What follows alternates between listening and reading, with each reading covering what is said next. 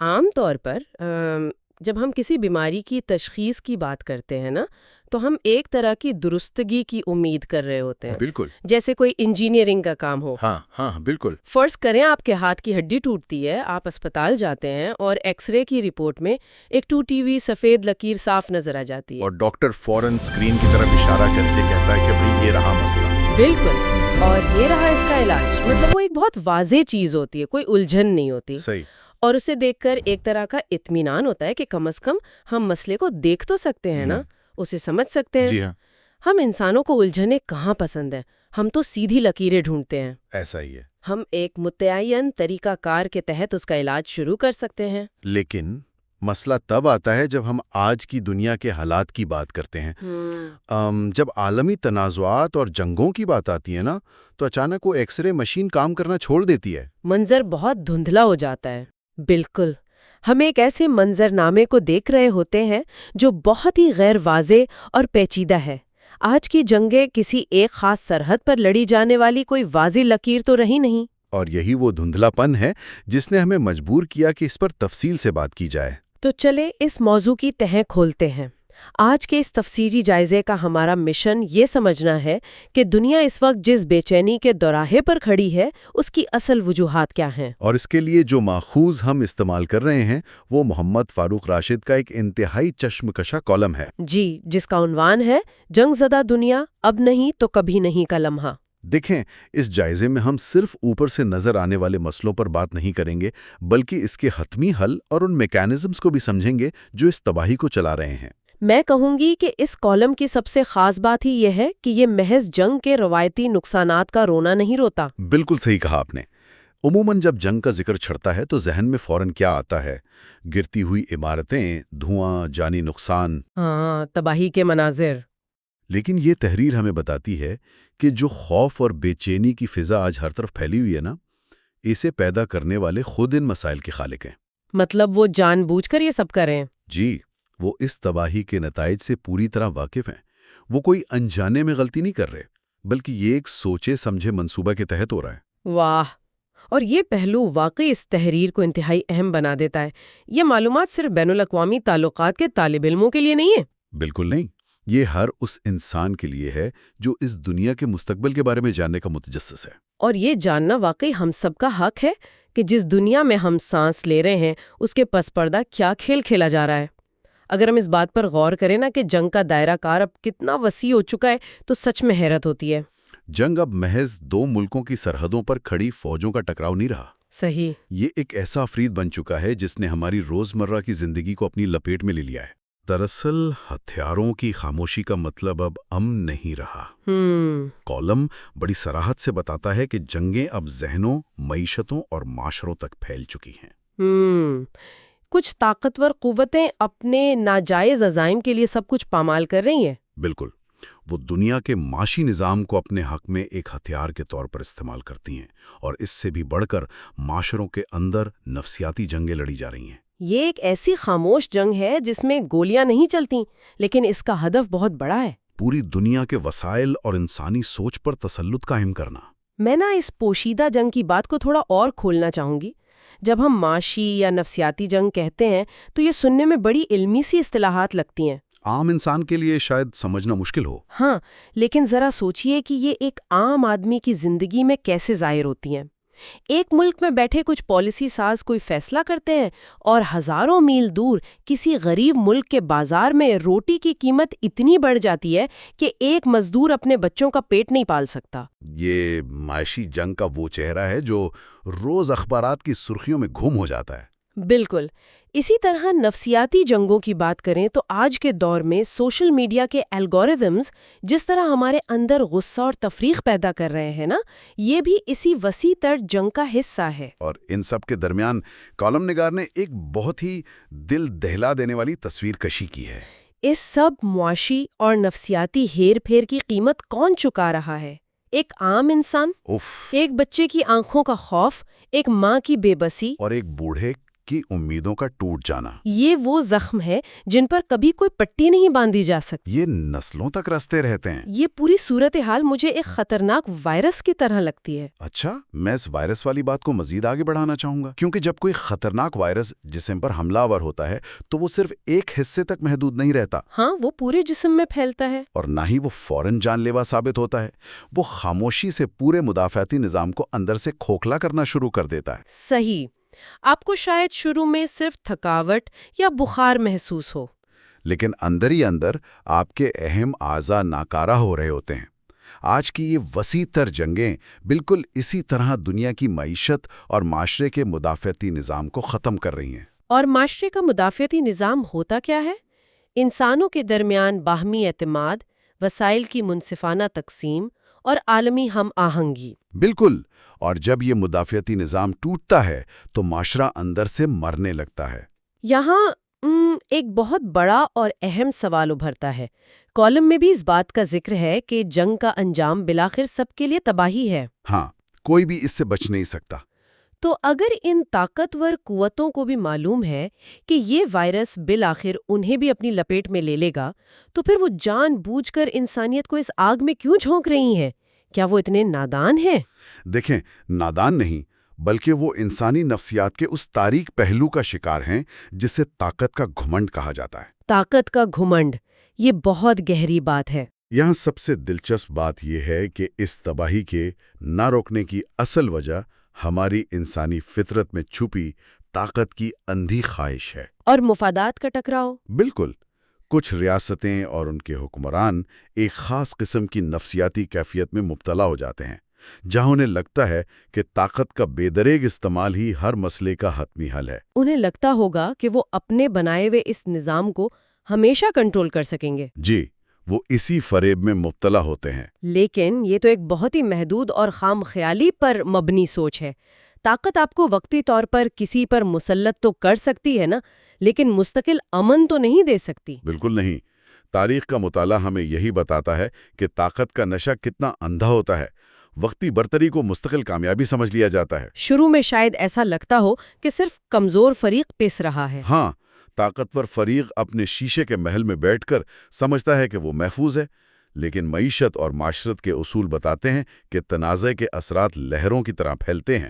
تو کیا ماضی میں ایسی مثالیں ہیں جہاں طاقتور عناصر کو منہ کی کھانی پڑی؟ بے شمار مثالیں ہیں۔ ہم نے دیکھا ہے کہ بڑی بڑی سلطنتیں جنہوں نے دنیا کو فتح کرنے کے خواب میں اپنے وسائل جنگوں میں جھونک دیے، وہ بیرونی حملوں سے نہیں بلکہ اندرونی کھوکھلے پن سے تباہ ہوئیں۔ مطلب ان کی فوجیں سرحدوں پر فاتح تھیں، لیکن ان کے اپنے شہروں میں بھوک نے انہیں اندر سے گرا دیا۔ بالکل۔ آج کی طاقتور قوتیں بھی اس حقیقت سے فرار حاصل نہیں کر سکتی۔ اس بات سے میرے ذہن میں کالم کا وہ حصہ آتا ہے جہاں عوامی بیداری کا ذکر ہے۔ جب عوام بیدار ہو جائیں تو بڑی سے بڑی طاقت بھی ان کے سامنے ریت کی دیوار ثابت ہوتی ہے نا؟ بالکل صحیح۔ حکومتی یا عسکری طاقت کا سارا انحصار دراصل اس خوف پر ہوتا ہے جو اس نے عوام کے دلوں میں بٹھایا ہوتا ہے۔ اور جس دن وہ خوف ختم ہو جائے، جس دن معاشرے میں ایک اجتماعی شعور جاگ اٹھتا ہے، تو پھر جبر کا کوئی بھی نظام چل نہیں پاتا۔ صحیح۔ اور کالم نگار کی عوامی بیداری پر اتنی زیادہ توجہ دینے کی وجہ بھی تو یہی ہے۔ جی، وہ یہ پیغام دے رہا ہے کہ یہ جو مٹھی بھر طاقتور قوتیں دنیا کے فیصلے کر رہی ہیں، ان کی اصل طاقت ان کے ہتھیار نہیں ہے۔ تو پھر کیا ہے؟ ان کی اصل طاقت عالمی سطح پر عوام کی خاموشی، تفریق اور بے حسی ہے۔ واہ!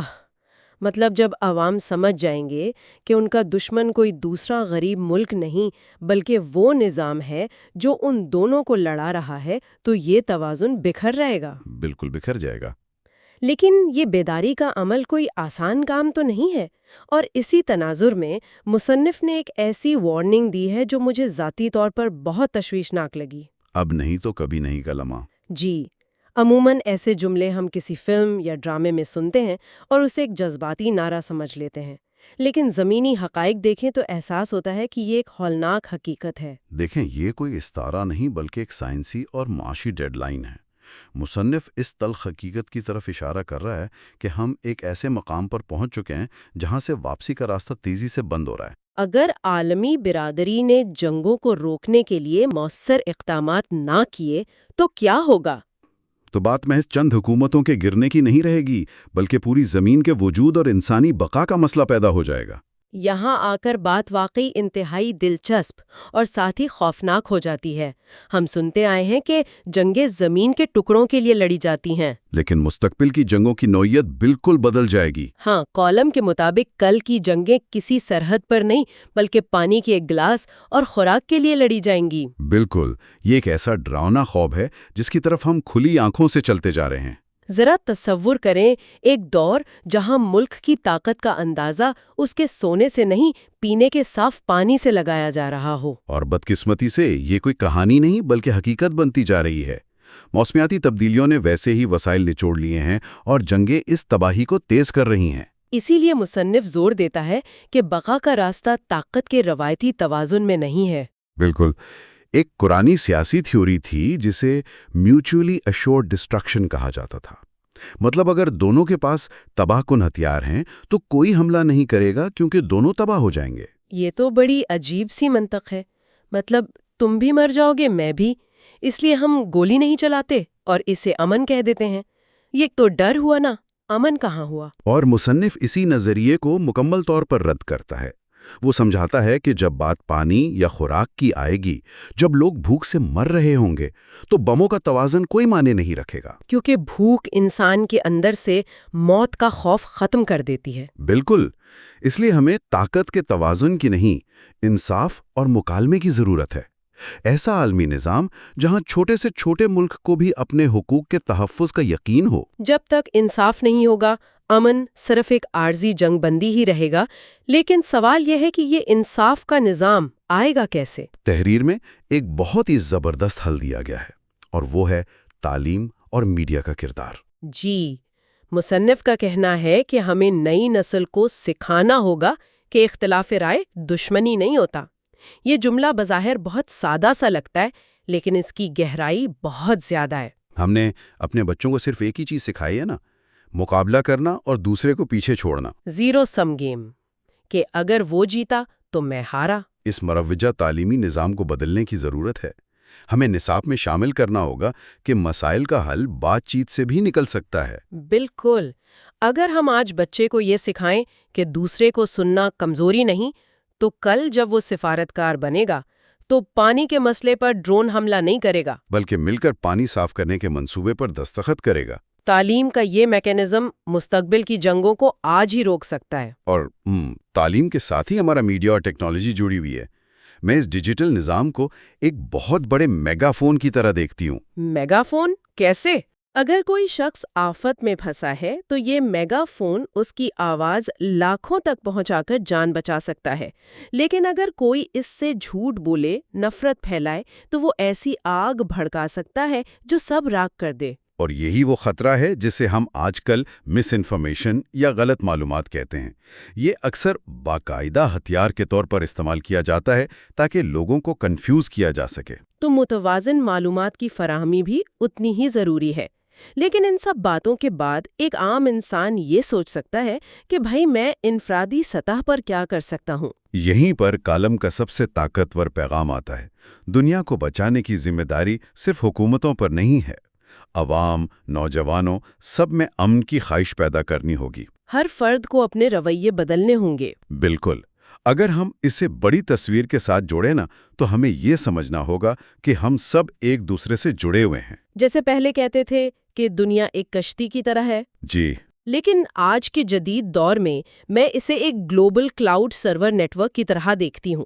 جیسے کسی ایک براعظم میں سرور کریش ہو جائے تو پوری دنیا میں پروازیں رک جاتی ہیں۔ یہ دور حاضر کی ایک نہایت موزوں تمثیل ہے۔ ہم سب ایک ہی ڈیجیٹل اور معاشی سرور سے جڑے ہوئے ہیں۔ کوئی نہیں کہہ سکتا کہ میرا ملک محفوظ ہے۔ بالکل، تو آج کی گفتگو کو سمیٹتے ہوئے ہم اس بات کا اعادہ کرتے ہیں کہ دنیا کو اپنے اختلافات پس پشت ڈالنے ہوں گے۔ یہ لمحہ فیصلہ کن ہے۔ فیصلہ اس بات کا ہے کہ آنے والی نسلوں کو ایک پرامن دنیا دینی ہے یا کھنڈرات۔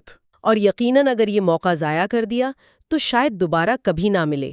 آج ہم نے ان تلخ حقائق پر تفصیلی بات کی، لیکن اختتام پر میرے ذہن میں ایک نیا سوال گردش کر رہا ہے۔ جی بتائیے۔ اگر واقعی مستقبل کی جنگیں پانی اور خوراک جیسی بنیادی ضروریات کے لیے ہونے والی ہیں، تو ذرا سوچیے، کیا مستقبل میں دنیا کا سب سے طاقتور ملک وہ نہیں ہوگا جو ایٹم بم بنانے کی بجائے بنجر زمین میں فصل اگانے کی ٹیکنالوجی پر عبور رکھتا ہو؟ یہ تو بہت گہری بات ہے۔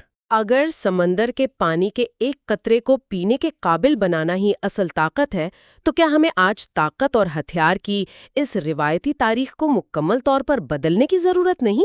واقعی یہ سوچنے کا مقام ہے۔ سننے والوں کو ہماری دعوت ہے کہ اس خیال پر ضرور غور کریں۔ ہم اس گہرے جائزے کو یہیں روکتے ہیں۔ امید ہے اس گفتگو نے آپ کو سوچنے پر مجبور کیا ہوگا۔ اپنا خیال رکھیں۔